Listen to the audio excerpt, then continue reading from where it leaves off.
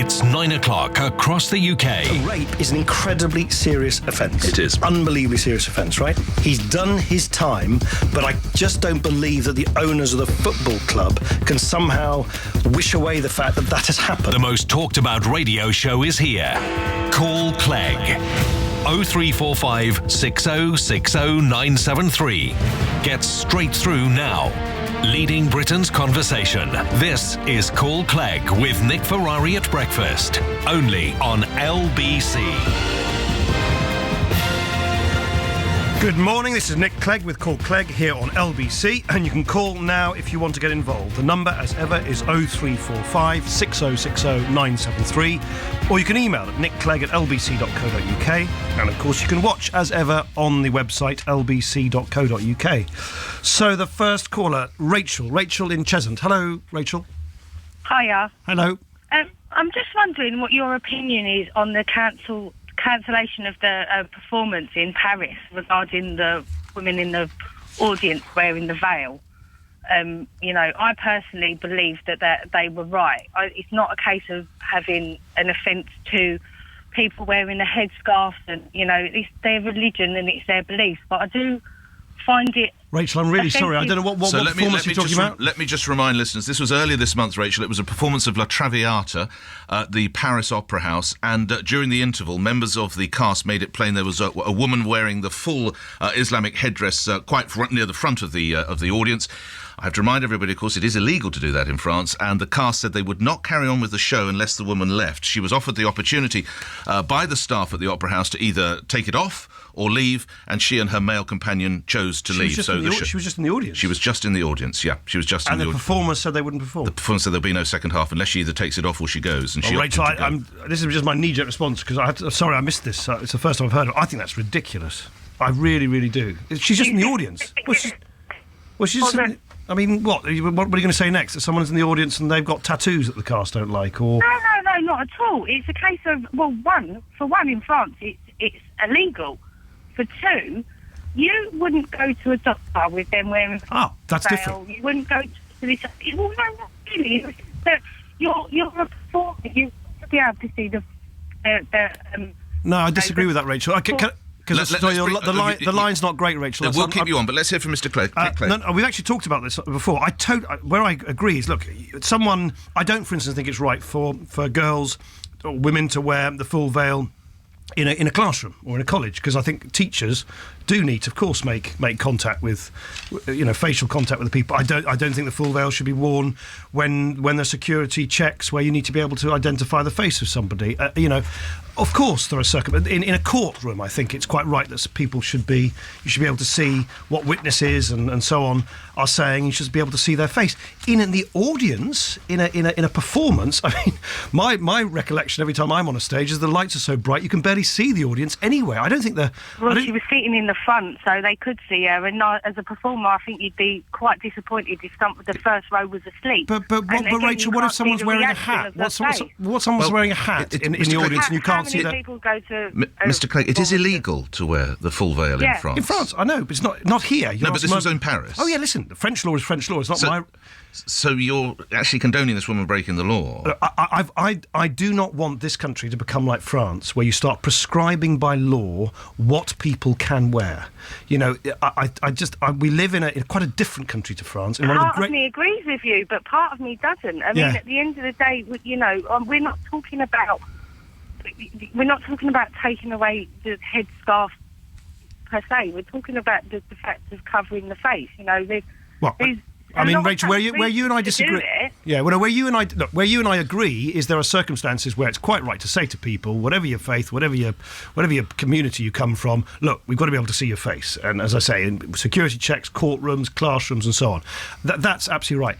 This is a woman, if I understand it correctly, who would have paid good money to go and see an opera. For all I know, she might be a great opera buff. She's sitting there minding her own business, watching a performance quietly. I understand it's the French law, and I'm not. The last thing I want is French politicians to start declaring on British law. I'm just saying, as a British politician, as a British person, I like the fact that we're different to France and we don't have laws of the land pointing a long finger of the state saying, thou shalt wear this or thou shalt not wear that. I just don't think that's the kind of country, the free country we are, and it's what sets us apart from France. Rachel, thank you. Should we move on?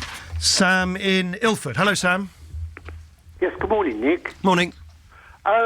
Last week you were spouting on about Ched Evans being a role model for youngsters. Right. What's the difference between Ched Evans being a role model and MPs being a role model? I agree with you that people in public life are role models. I wasn't trying to spout on, Sam. I was just trying to, comment, not least as a Sheffield MP, where a lot of people in, my neck of the woods in Sheffield, I'm back up there this afternoon, are talking about this a lot. What are they saying in Sheffield, Mr. Clegg? I think opinion's divided. Is it? Yeah, I think opinion's really quite divided. I mean, it's one of those things. He was a key player, wasn't he? I understand. Yeah. A very good one. No, there's opinions divided. I mean, there aren't that many people who are saying somehow, politicians or the government should sort of step in on this. I think everybody accepts it's for the football club to decide. And it's a tricky one. There are some people who are saying, look, he's done his time, he should be able to play. There are people like me who say, well, I'm assuming the football club will want to think twice just because, as Sam has said, Ched Evans isn't just a footballer. He's people like that are also role models. And but so are MPs. And why were all the MPs that fiddled their expenses allowed to return to their job as an MP then? Well, of course, a lot of them were not. Hang on, Ched Evans as a role model. Surely these MPs should have also been struck as their MPs. Yeah, no, and a lot of them, some of them, of course, ended up in prison. Some of them ended up in court. A lot of them didn't stand again at all. We're actually at the moment, Sam, discussing in Parliament how to make sure that when MPs in future commit serious wrongdoing, you as a voter don't have to wait until the next general election to cast your judgment. That you can push for an MP to be sacked in between elections. So of course people need to be held to account. Look, I'm slightly reluctant to kind of give a running commentary on the fact that someone's been convicted here in Ched Evans' case of a serious offence, done his time in prison and so on. I just not least because a lot of people where I'm an MP sort of talking about this, a lot of football fans and other, talking about it across the whole country. I just see yesterday he hasn't struck a single kind of word or note of remorse at all, and no remorse. He apologises for his infidelity to his girlfriend, doesn't he? I don't know if you've seen his video. No, I've heard about it, though. But what about the victim? And this is a serious offence. Well, he's appealing. He can't really. Okay. If he's got an appeal, it would be. I mean, the BBC, of course, have got in the middle of this now. They've had to apologise because one of their journalists, Michael Burke, said the victim had not emerged with any credit as she was so drunk she could barely stand. Well, what I've not done, and I'm not going to do, and I've never done, is to try and sort of second-guess the decisions of the court. The court took a decision. They said that he was guilty of a serious, very serious crime, and he's done time for it. And I don't think there's any point, any of us, trying to somehow second-guess all the details of the case or the circumstances in which the crime took place. But a court of law. We live in a country where the court, what the courts decide. We have to abide by until it's proven otherwise. We move on. Where do we go next? Sheila in Leighton. Hello? Hello, Sheila. Oh, yes. Hello, Nick. Two Nicks. Okay. Nick, Mr. Clegg, yes. I wanted to question Theresa May's judgment on appointing Fiona Woolf as the person to carry out this, investigation into the her historic goings-on. Now, she previously appointed another lady who also, her appointment was questionable, because she was related to the Attorney General of that time. Now, here we are again. She's appointing someone who knows this person, has been to dinner parties with in his company, and also sponsored his wife. Surely this person must resign. It's almost like me going on jury service, and I know the chappie down the road who's being accused on that day. How can this be possible that the government... It distinctly smells of cover-up. Well, I don't entirely agree with you, Sheila. The Home Secretary made that decision, made that recommendation to myself and the Prime Minister, following a sort of exhaustive look at all the candidates. By the way, it's Fiona Woolf, obviously the chair, but the panel, I think there's a full panel of 9 people, I haven't heard anything which suggests to me that the Home Secretary took the wrong decision. So you're comfortable with this appointment? Well, I think Fiona Woolf is obviously a very credible person. Otherwise, the Home Secretary I'm not wouldn't. suggesting she's not. I'm just asking if you're comfortable with this appointment. Yeah, I think. Look, I don't think in and of itself, because so someone who's been around regularly, and I can use that word to dinner parties, someone who sponsored Leon Britton's wife on a fun run, and Leon Britton is at the heart of this for certain allegations. You're comfortable with that? All of which he strenuously denies. But yes, look, but coming back to Fiona Woolf, you're comfortable with that? Back to Fiona Woolf. I mean, as I say, the Home Secretary, the Home Office, particularly because, as you've rightly said, Sheila, the previous nominee did not, decided to withdraw.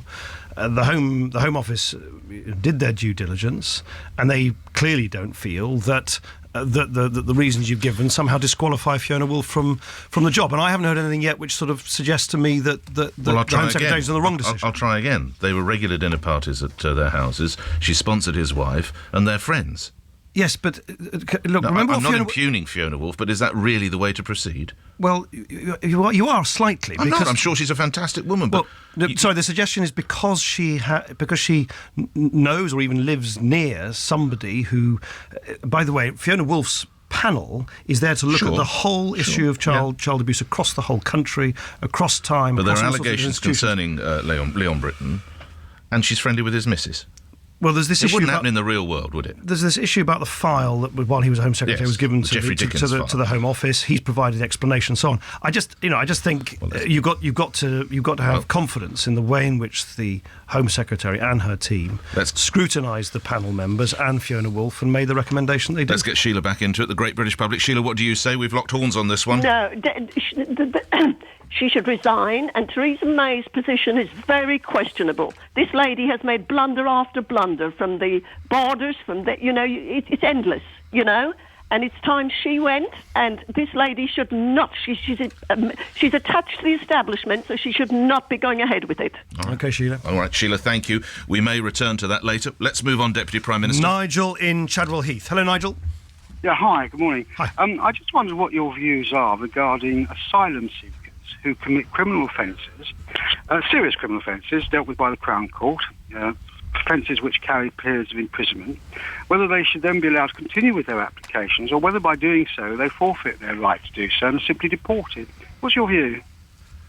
I think, as a general principle, if someone comes to this country and expects to be treated with generosity and compassion by us as a community and then commit crimes, then clearly, I mean, we've just seen this National Audit Office report, which was published yesterday, about the scale of the challenge of making sure that we deport foreign criminals. And I think we made a number of changes, as you might know, Nigel. We've made it, for instance, easier to say to people who are making appeals in the courts on human rights grounds, well, you can't make the appeal from here. You've got to go back home and make the appeal from there. We've significantly reduced, I think, from 17 to 4, the grounds on which appeals can happen. So, look, people can't come here and expect us to act with the best traditions of sort of British generosity and tolerance, and then have them abuse that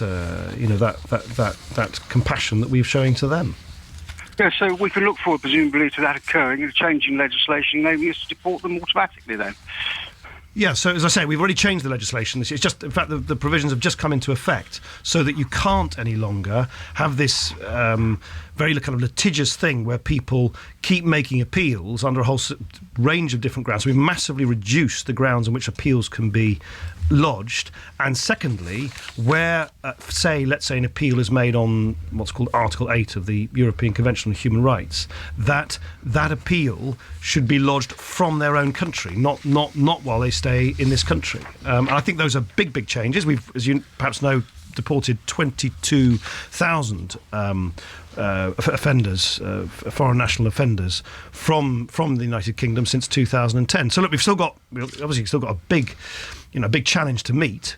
The National Audit Office showed that yesterday, but I actually think we've shown by the laws we've passed and the changes we've made that we want to get on top of this problem. Let's do a couple of emails. Thank you for that, Nigel. Coming to more calls in just a second. Deputy Prime Minister Dan in Fleet Street says, do you agree with Theresa May that Harry Roberts, the police killer, can be freed? Has she gone potty? Well, this is a decision not by Theresa, it's by the probation board. I understand I understand that this provokes a lot of controversy. Of course I do. But one of the founding principles of the way that we do justice in this country is that you have an independent bunch of people who look at the behaviour of offenders who are behind bars and make a judgment about whether someone can be released or not. Of course, there is a role for the Home Secretary as well, but she could presumably block it, should she so desire. I think there are circumstances in which she should can. Block it? Well, no, I think I'm simply not going to second guess. What is it? You must have a view on whether Harry Roberts can be freed or not. You often do this. You quite understandably want to invite me to second guess judges, second guess probation officers, second guess Home Secretaries taking decisions. And you know what? On this occasion, I'm not. You're not going to say whether you think Harry Roberts should be freed or not. I think I want to protect. I want to valiantly, vigorously protect the system which allows decisions like this to take place, however controversial and unpopular they are. Because we have to have a system in which people, for a whole range of grounds, whatever they can be, compassionate grounds to do with rehabilitation, can be released from prison. The decision has been taken for this character to be released after 48 years in prison. And however, well, do you know what? It's really interesting, your question. It's not about my feelings. Of course it is. No. It's not about my feelings. Why is it not? I'll tell you why. Because it's about how the justice system works. And if you want to run our justice system according to whatever the latest emotion you feel, fine. But that would be an absolute disaster for the kind of principles of justice that I believe in. You have to protect the integrity of people being able to decide whether someone is released, in this case, after 48 years. However, by the way, however unpopular it might be with some people. So a double cop killer can come out of jail, just to clarify. He is coming out of jail because that's what the probation panel board have decided. And after 48 years, well, she's clearly decided not to. All right. Graham in Bushy, in a recent YouGov poll, you came last of the four main leaders as to who the voters trusted. Why is this? Look, I mean, polls, schmoles, they come and go every day. There are other polls which say completely different things. Look, clearly, as leader of a party which has never been in government before, has had to take incredibly difficult and downright unpopular decisions over the last 4.5 years to straighten out the terrible economic mess we inherited. Of course, some people who don't like that. There's some people, by the way, who absolutely abhorred the fact that we even went into coalition in the first place. I can't help the fact that some people want to sort of somehow claim that we can fix this unholy mess that was caused in 2008 without taking difficult decisions. The truth is we can't, and any politician like Nigel Farage and others who goes around saying, I can solve all the problems of the world simply by blaming everything on foreigners, they're taking us for fools, and it might give them short-term popularity, but they're not actually, in my view, doing what's right for the country in the long run. You feel very passionately about that, I can see. You weren't faking it at all there, Mr. Clegg. Oh, the puns. You never fake anything then? Sorry? I'm just referring to your wife, Miriam Gonzalez Durantes Clegg, who said recently, if you don't have it, you fake it. Women have been faking lots of things during history. If you're going to fake something, fake self-confidence. Yeah, she was saying to. I think she was saying to girls, because Miriam sort of helps run this campaign to inspire young girls to sort of aim high, to think big, to dream big dreams about what they can do in the future. And she and a number of other women go into schools up and down the country. It's fantastic. Yeah, it's fantastic. And as part of that, what she was saying, and I think she put it very colourfully and I think very memorably, clearly, she says, look, there are some girls who feel quite kind of frightened about something or intimidated by something, and so what Miriam was saying, well, look, just put on a show of self-confidence, because boy, what she's saying is that sometimes girls will feel will be more open about the fact that they're feeling nervous or anxious or apprehensive, and what she's saying, I think quite rightly, to girls. Can you tell when Miriam is faking? Oh, for heaven's sake, stop. Nick, I'm not going to get drawn into this. I'm going to stick to what Miriam, and stop twisting what Miriam said. She was making a very, I think actually a colourful but very sensible kind of remark about how we've got to make sure that girls have got the kind of the oomph to show that they can really go for things which otherwise they might be sort of too nervous or apprehensive to aim for in the first place. Should we get some more calls on? Yes, why don't we do that? Where should we go? James in Cambridge. Good morning. Hello, James.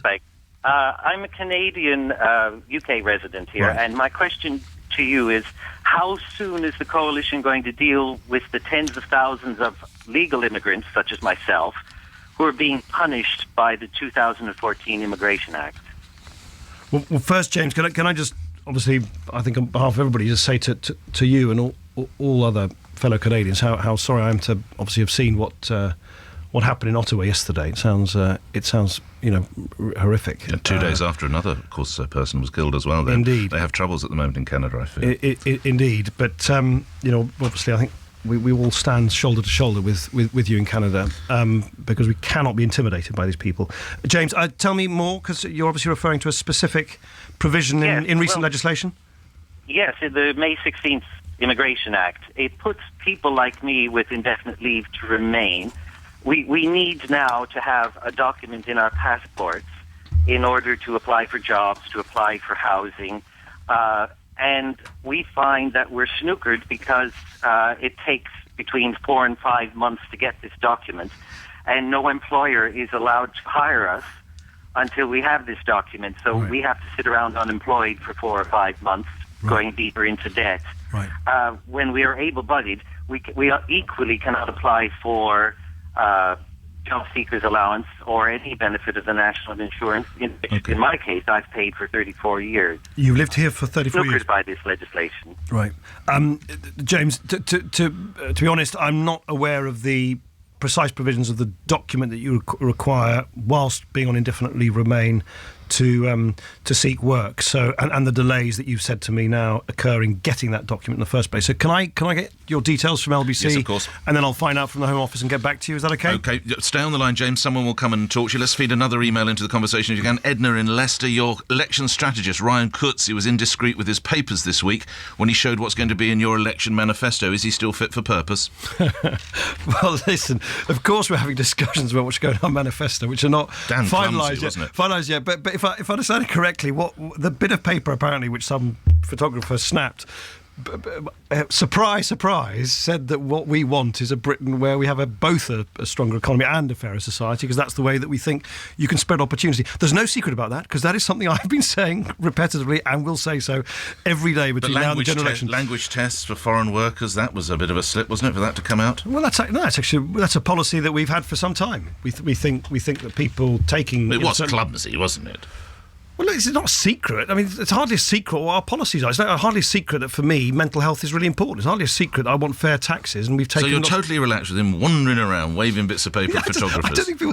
What's so funny about this, by the way, is if I gave you that piece of paper, so look, I'm really proud of this thing, you wouldn't take any notice of it. No one would write about it. How dare you? The fact that it's been snapped, confidence... Do you know what, from now on, I'm going to put top secret in big red letters on everything I carry on. It's the way to get publicity for our existing policies. Policies which, by the way, we've been going on about for months, so... And policies such as paternity leave. Now, this is a new one, isn't it? For civil servants' paternity leave. What's this idea? So the idea behind this is a very simple one, is that we've made it interchangeable for mums and dads to take off this block of parental leave, and they can, if the mum decides to go back to work earlier, the dad can take the time off. It's a good thing for employers, because it means that, women who are in the middle of a project, or a senior in a position or want to get back to work, can do so. So it's good for the economy, it's good for businesses.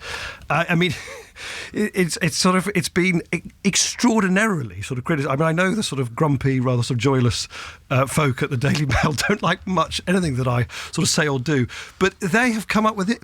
Byzantine sort of weird view that this is a costly thing to do. It doesn't cost anyone anything extra to give the parental leave entitlement you're giving to a woman to the man instead, because it means the woman's back at work and the man is not. Nightmare to administer. No, it's not at all. It's not at all. The suggestion. I mean, what's wrong with just having a cigar, celebrating the baby, and going back to work? It is so anti-women for these miserable folk at the Daily Mail to say that somehow a woman being paid to take parental leave is okay, but a man being given paid to give parental leave is not. I mean, they really... Can I just genuinely and gently and politely ask these folk to just move with the times? There are so many parents now... I have to say, they probably have more readers than you have voters. Well, I'm not entirely sure about that, but anyway, look, I think... Look, there are... Look, I'll tell you what, I do think there are lots of particularly younger couples now... You don't think they represent quite a sizable chunk of this country? You think, oh, dear God, this is just too difficult to put through.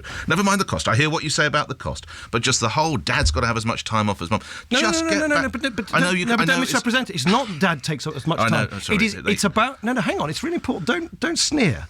It's a very simple idea that mums and dads shouldn't be told by a bossy government about how they take time off when they when they have children. It should be for them to decide. How many companies have you run where you've had to manage this sort of thing? This is something we're introducing into the civil service. Yes, I hear that. And I've actually spoken to many employers. How many companies have you run where you've had to administer all this leave? I've spoken to many employers who say they really, really welcome this. Yes. Okay. How many companies have you run where you've had to administer? Ask the employers themselves. Ask the employers. Of course, the employers. Yes, of course, that's ridiculous. It's like asking children if they don't want homework. What are they going to say? The employers, the bosses, the companies. Ask them, and do you know what they say? What they'll say? They love it. Yes, a lot of them do.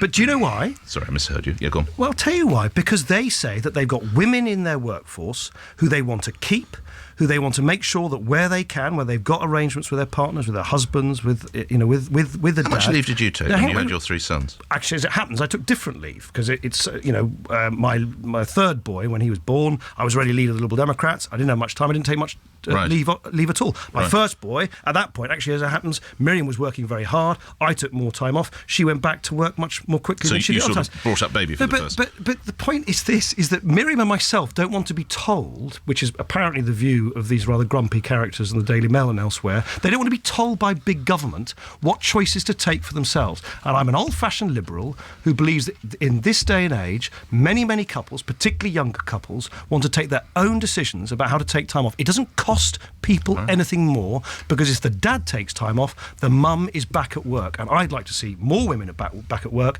and not this sneering view that somehow says that a mum back at work is less sort of worthwhile than a dad back at work. We move to other Debbie in Sutton.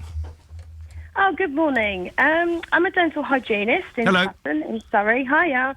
I'd like to discuss the UK failing dental hygiene system that we've got for children. Right. In my time in practice, obviously, I'm seeing more and more poor hygiene for children and a higher caries rate. So 7 years ago, I set up a scheme called Toothy Pegs, which is a school and practice-based dental education programme. Toothy Pegs. Toothy Pegs, yeah. Right. We use characters to as oral health educators for the children. They listen to them, they love it. I've got to move you to your question, Debbie. I'm desperately sorry because we haven't got that much longer. If I can sort of move you to that now. Thank you so much. My question is basically, why would you consider an idea like Toothy Pegs to be something that the government could provide for our kids, with parents, teachers and the dental health profession all working together? And this, of course, comes after NICE has suggested that school teachers should actually help teach children to brush their teeth. I don't know if you heard that this week. Yeah, I did. I mean, well, look, Debbie, you'll know better than I do. I mean, well, of course you know better than I do. The state of the sort of dental hygiene for little kids is pretty shocking in some places. And whilst there are lots and lots of parents who diligently make sure that their little boys and little girls, their sons and daughters, brush their teeth morning and evening, I'm afraid it does seem to be the case that there are a lot of kids who turn up at school and teachers can see that they're eating badly, or their dental hygiene is not up to scratch at all. I don't know about your Toothy Pegs scheme, Debbie, but I want to congratulate you for doing it, because you've obviously taken matters into your own hands. You care about it massively, and if I can, I'll look into it. But by the way, I should say, Debbie, I'm actually quite interested in your view. Do you think having a healthy meal at lunchtime for little children is a good thing for their teeth or not? Because it's one of the kind of side benefits to something that we've introduced as of last month, which is that the little children the first 3 years at school get a proper healthy meal at lunchtime. Absolutely, of course it is. Yeah. I mean, the other thing that I did hear was the swapping sugary snacks that your government is running, and they're advising that you eat dried fruits. Yeah. And actually, dried fruit is not good for teeth because it is packed full of sugar. Yeah. All right. We'll probably. But it's good. It's good for other reasons. Yeah. Debbie, please send some literature in about Toothy Pegs, and I'll make sure it reaches the Deputy Prime Minister's office. Running to the last minute, Mr. Clegg, can I have your view on this song? Taxpayers' money, where does it go? Not even George Osborne knows. When we're in power and we engage, there'd be no tax on the minimum wage. Now that's former DJ Mike Reid, who's withdrawn it. Who's withdrawn UKIP Calypso. Nigel Farage says it was a bit of fun. 160,000 people helped get it to number one. Now it's been deemed to be racist. It warns of illegal immigrants in every town. Listen, look, Mike Reid clearly doesn't like it anymore, so you don't have to ask my opinion. The actual person who sung it when I wants it withdrawn. I just kind of think, I don't know. I just think that's a white a white singer trying to sort of sing, as if he's from a sort of different culture for a party that has just gone into bed in the European Parliament with a bunch of Holocaust deniers from Poland. I just don't think it's a great look. I really don't. And it's just part and parcel of this. This kind of image of UKIP, just not really. I mean, obviously they appeal to a significant number of people in the country, but I don't think they appeal to people who want this country to remain an open, generous-hearted, diverse place. We have a minute left. Shall we try one last quick call? Are you up for it? Yes, Patricia in Finchley. Hello, Patricia. Oh, good morning, Mr. Clegg. Hello. My question is, we've just heard about the NHS needing ever more funds from Jeremy Hunt. Yes. Why don't we ask people that come to this country to bring medical insurance with them?